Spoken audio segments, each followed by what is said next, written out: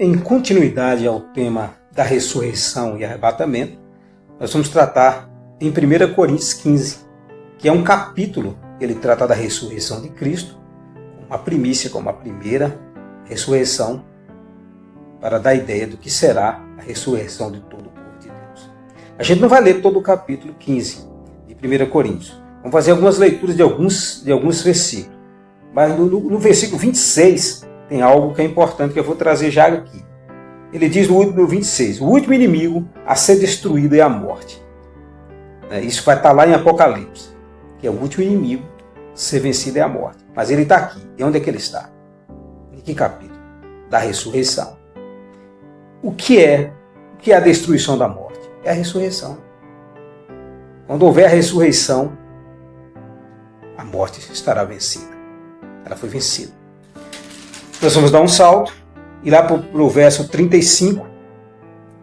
Como alguém dirá, como ressuscitam os mortos e em que corpo vem? Essas eram as dúvidas que se faziam. E o apóstolo Paulo está explicando. Insensato, o que semeia não nasce se primeiro não morrer. É aquela ideia, você joga um caroço de feijão e aquele caroço de feijão, aquela semente, ela morre para que nasça um pé verde novo, totalmente diferente daquela semente. Ele está fazendo um comparativo. E quando semeias, não semeias o corpo que há de ser, mas o simples grão, como de trigo ou de qualquer outra semente. Então, quando é que se semeia? Quando nós estamos aqui com esse corpo mortal, provisório, nós estamos trabalhando com ele. É isso que ele está falando na questão de semeadura. Nós vivemos com ele. Toda a vida é definida aqui. A vida futura ela é definida nesse corpo provisório. Por isso que ele fala a ideia de semear. É a sua vida, são as boas obras, é a fé, é todo um conjunto da sua vida aqui na terra, que vai ser petrificada na morte. Mas Deus lhe dá corpo, como lhe aprouve dar a cada um das sementes, o seu corpo apropriado. Como eu vou dizendo, tudo de Deus é diversidade. Satanás pode perceber, ele quer igualdade, igualitarismo, ele quer fazer sempre as coisas parecer que dá uma harmonia, mas é tudo falso. Tudo de Deus é diferente, você não vai ver ninguém igual a outro. Então, e Deus faz o que ele quer. Ele embeleza um, ele dá inteligência, ele dá fraqueza a outro, ele dá tudo ele, como ele falou para Moisés, não sou eu que crio o mudo, o surdo. Nem toda a carne é a mesma, porém uma é a carne dos homens, outra a dos animais, outra a das aves e outra a dos peixes. No 40, também há corpos celestiais e corpos terrestres. E sem dúvida, uma é a glória dos celestiais e a outra a dos terrestres.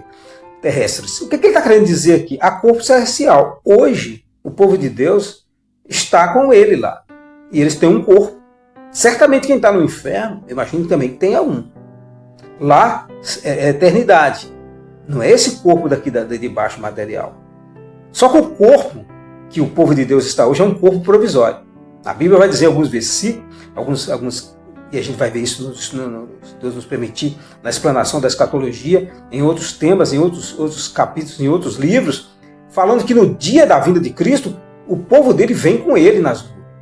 Com que corpo? Com esse corpo celestial. Para buscar aqui o corpo definitivo que vai vir na ressurreição. Eles vão se encontrar.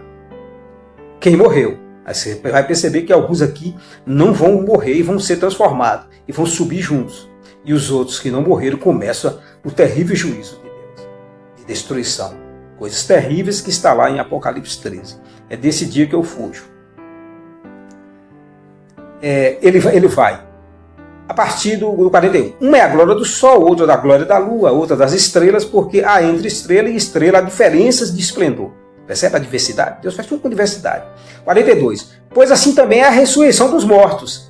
Semeia-se o corpo na corrupção, ressuscita na incorrupção. Semeia-se em desonra, ressuscita-se em glória. É aquela ideia. A Bíblia vai dizer, Paulo diz que a salvação é um tesouro num vaso de barro.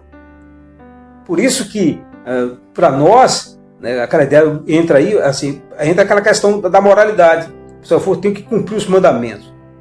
Você não tem que tentar cumprir os mandamentos dentro da moralidade. Você vai buscar a Deus, andando com Deus, e pela obra do Espírito, você vai obedecer os 10 mandamentos. Ele vai te dar um novo coração, de forma que você vai passar a odiar, a ter nojo daquilo que você amava, que o corpo da corrupção amava. Então esse corpo aqui é da corrupção. Tudo em nós, como Paulo vai dizer em Romanos 7. Ele vai dizer que a mente dele, o espírito trabalhando com o espírito dele, estava renovado, um novo homem dentro dele. É duas naturezas juntas. Só que a natureza caída, que é essa da corrupção, ela só quer o mal, ainda que ele tenha a mente. Mas nessa transformação que Deus vai fazendo, como Gálatas vai dizer lá, aquela batalha interna, Deus vai mortificando o seu corpo. E essa aí é nessa mortificação, por isso o sofrimento. Principalmente nesses últimos tempos agora, você vai ter uma ideia do que é. Deus ele não vai permitir que o povo dele alcance o que os outros alcancem. A vida do povo de Deus é sempre difícil. No 43, semeia-se em fraqueza e ressuscita em poder.